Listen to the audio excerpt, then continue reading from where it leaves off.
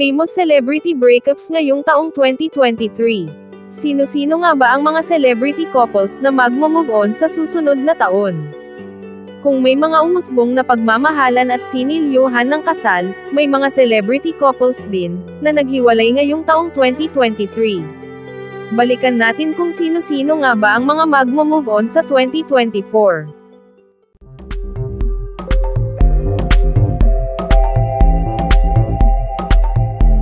Catherine Bernardo at Daniel Padilla.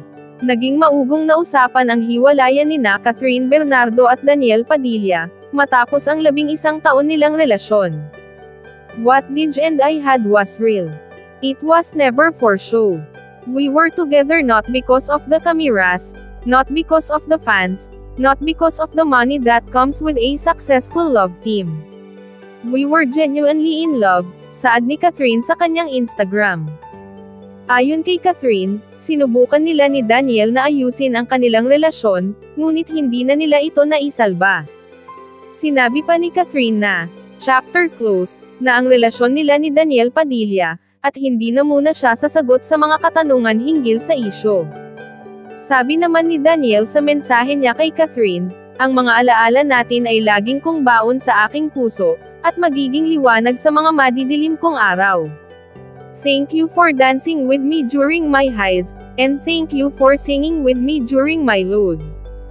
Our lives may drift away, but our love will still ride that tide, pagpapatuloy ng binata. Sa dulo ng kanyang mensahe, inihayag ni Daniel Padilla, na nananatili ang pagmamahal niya kay Catherine, na walang hanggan at walang katapusan. Kim Chiu at Sian Lim. Naghiwalay na rin sina Kim Chiu at Sian Lim matapos ang halos 12 taon na relasyon. End of a love story, saad ni Kim sa kanyang Instagram post nitong Disyembre. In a relationship, love is always a significant factor, but sometimes love is not enough. Nagpasalamat din si Kim kay Sian, for the almost 12 years of beautiful memories together, one can never imagine. You will always have a place in my heart. Thank you for showing me what love is, dagdag niya. Dearest Kim, thank you for the long years we have spent loving each other, saad ng aktor, na nagpahayag ng hangarin na makita ng aktres, ang nararapat na pagmamahal at kaligayahan na hinahanap. Like all good things, it must eventually come to an end. I am grateful for all the moments we shared together. Thank you for all the unconditional love throughout the years. My respect and admiration for you as a person, as an artist, and as someone I spent more than a decade with, will always remain, mensahe pa ni Sian kay Kim. Kris Aquino at Mark Levesque. Kinumpirma rin ni Kris Aquino na muli siyang nakipaghiwalay kay Batangas Vice Governor Mark Levesque, nitong Nobyembre. It was a well-thought-out decision, based on choosing to do what's best for me now, saad niya. I'm dealing with so much, and my love life isn't a priority, dagdag pa ni Kris. The truth is that, I chose to lessen the stressors in my life, and put my well-being first. Andrea Brillantes at Richie Rivero. Kinumpirma ni Richie na naghiwalay na sila ni Andrea noong Mayo.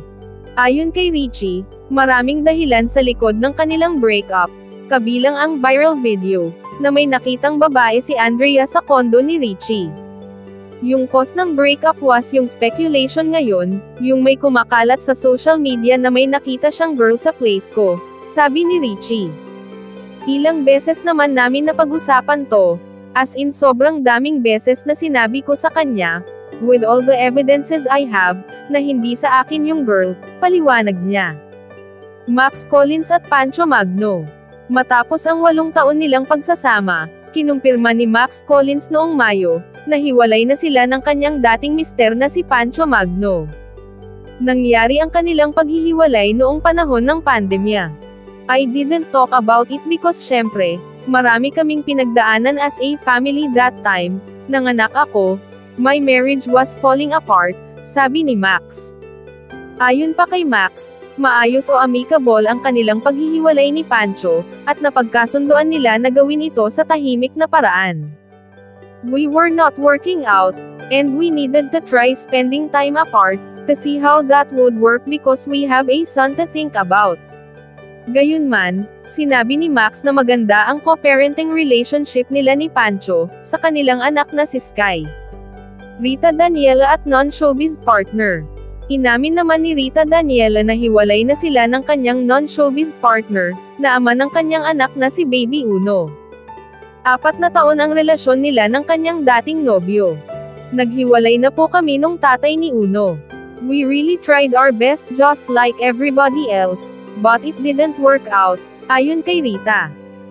Gayunman, sinabi ni Rita, na nananatili silang magkaibigan ng kanyang dating nobyo, at magkatuwang nilang itataguyod ang kanilang anak.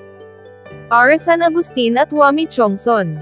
Hiwalay na rin si Ara San Agustin sa PBA player na si Wami Chongson. We broke up last year around October. Last talk namin was first week of January, that's when we really cleared things out. Kasi di ba kapag nagbi-break naman kayo, minsan you go back and forth pa rin, sabi ni Ares sa isang panayam. Pero lalo na sa trabaho ko, I have to be proactive, so minsan nabi-blame ko siya dahil hindi ko nagagawa yung ibang gusto kong gawin. Unahin ko pa rin yung sarili ko dapat, saad ni Ares sa leksyong kanyang natutunan. Yasi Pressman and John Semira.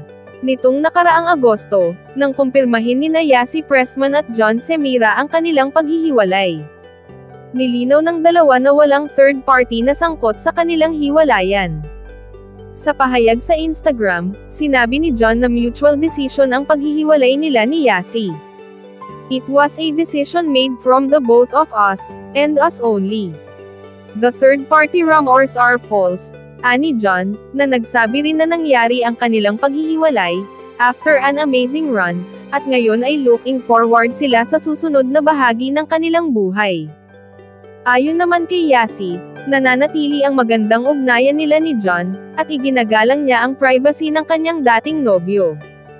Unfortunately, it just didn't really go that way. Pero at the end of the day, I value the time that I've had with the person, anang aktres. Lahat naman may malaking naiambag sa buhay ko, hindi ko makakalimutan. Sara Labati at Richard Gutierrez. Naging maugong din ang balita, nang maghiwalay ang long-time couple at married na sina Sara Labati at Richard Gutierrez. Ito ay nung kinumpirma mismo ng ina ni Richard na si Annabel Rama, na sa kanyang bahay na mismo umuuwi sina Richard kasama ng 2 anak nito, at hindi na sa asawa nitong si Sara.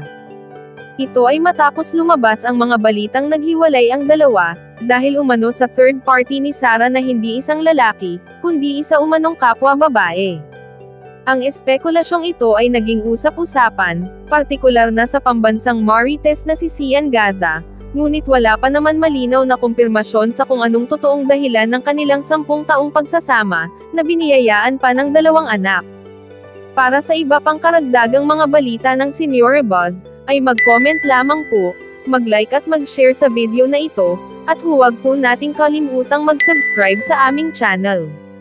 Maraming salamat po sa inyong panonood.